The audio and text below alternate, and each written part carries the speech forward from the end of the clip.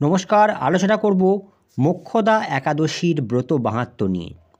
কি এই মোক্ষদা একাদশী? কেন এই মোক্ষদা একাদশী পালন করা হয়? এই একাদশী শ্রবণ মাত্রই বহুগুণ পুণ্য লাভ করা যায়। যুধিষ্ঠির বললেন, হে বিষ্ণু, আপনাকে আমি বন্দনা করি। আপনি ত্রিলোকের সুখদায়ক, বিশ্বেশ্বর, বিশ্বপালক ও পুরুষোত্তম। আমার একটি সংশয় আছে। অগ্রহায়ণ মাসের শুক্লপক্ষের যে একাদশী, তার নাম কি, বিধি বা কী ও কোন দেবতা এই একাদশীতে পূজিত হন তা আমায় বলুন। শ্রীকৃষ্ণ বললেন, হে মহারাজ, আপনি উত্তম প্রশ্ন জিজ্ঞাসা করেছেন, যার মাধ্যমে আপনার যশ চতুর্দিকে বিস্তৃত হবে। এখন এই একাদশীর কথা আমি বর্ণনা করছি, যা শোনা মাত্রই বাজপেয় যজ্ঞের ফল লাভ হয়। অগ্রহায়ণ মাসের শুক্লপক্ষের এই একাদশী মোক্ষদা নামে পরিচিত। সর্বপাপ বিনাশিনী ও ব্রত মধ্যে সর্বশ্রেষ্ঠ এই একাদশীর দেবতা শ্রী দামোদর।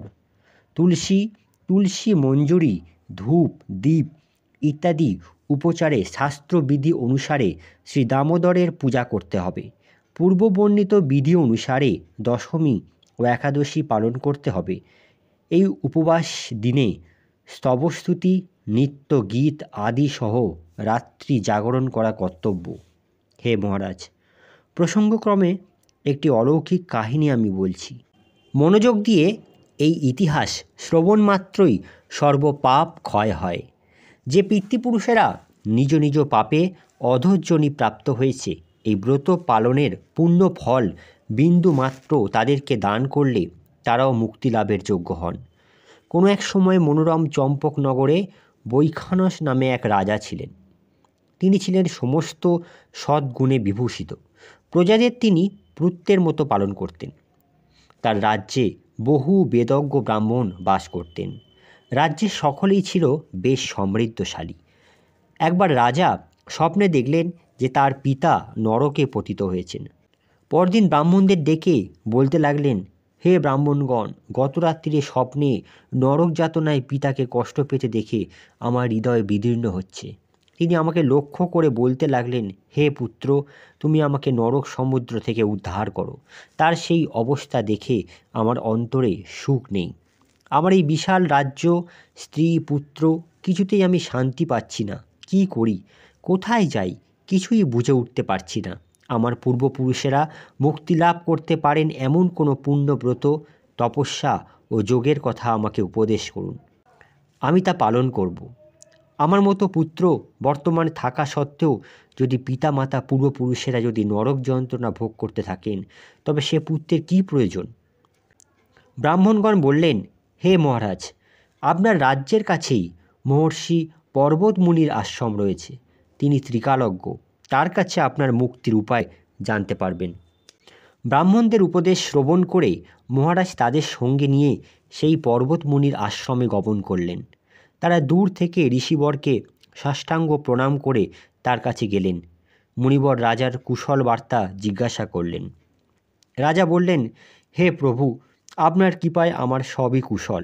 তবে আমি একদিন স্বপ্নযোগে পিতার নরক যন্ত্রণা ও কাতর আর্তনাদ শুনে অত্যন্ত দুঃখিত ও চিন্তাগ্রস্ত হয়েছি।